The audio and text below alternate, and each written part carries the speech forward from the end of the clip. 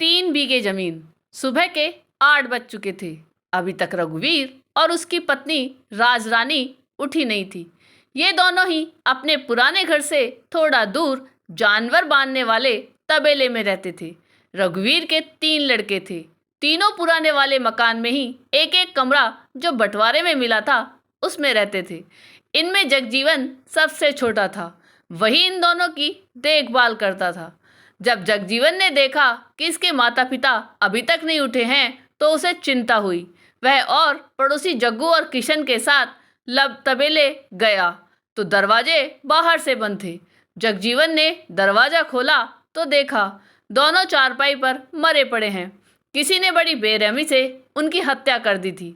यह देख जगजीवन और पड़ोसी जोर जोर से रोने चीखने लगे। थोड़ी देर में वहाँ भीड़ लग गई। किसी ने पुलिस को खबर दी। 1 घंटे बाद पुलिस भी आ गई। कोई समझ नहीं पा रहा था कि इतने बुजुर्ग की हत्या कौन और क्यों कर सकता है। उनकी किसी से कोई लड़ाई भी नहीं थी। पुलिस ने उनके तीनों लड़कों को बुलाया, पूछताछ की और दोनों लाशों को पोस्टमार्टम के लिए भेज दिया। पुलिस का संदेह रघुवीर के सबसे बड़े पुत्र और बीच वाले पर जा रहा था। जब गहन पूछताछ की गई तो इन दोनों ने जो बताया वह मानवता को शर्मसार करने वाला था। उन्होंने बताया बापू छोटे भाई के साथ रहते थे।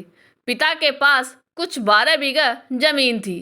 तीनों ने 3-3 बीघा बांट दिया था। 3 बीघे जमीन जो रघुवीर के लिए छोड़ी थी वह सबसे छोटा देखभाल करता था। ये दोनों माता पिता की कोई सेवा नहीं करते थे, बस केवल मांगते रहते थे। रघुवीर कहा करता था, तुम दोनों मेरी सेवा नहीं करते और बराबर का हिस्सा लिए हो। ये 3 बीघे जमीन सबसे छोटे को लिखवा दूंगा, वही मेरी देखभाल करता है।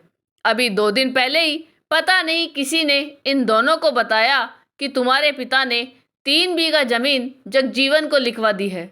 यह सुन दोनों बहुत गुस्से में थे और दोनों ने योजना बनाई थी कि क्यों ना माता पिता की हत्या कर दी जाए। इसी गुस्से में दोनों ने मिलकर रघुवीर और अपनी मां राजरानी की हत्या कर दी थी। यह सुनकर लोग दंग थे, जबकि ऐसा हुआ नहीं था। रघुवीर ने 2 दिन पहले ही वसीयत लिखवाई थी कि सारी जमीन जायदाद मेरे तीनों बेटों को बराबर हिस्सों में बांट कर दे दी जाए।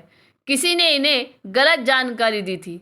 पुलिस ने दोनों को जेल भेज दिया। पुलिस ही क्या, पूरा समाज हतप्रभ था कि व्यक्ति पर लालच किस प्रकार हावी है कि उसे अपने सगे संबंधी भी दुश्मन नजर आते हैं।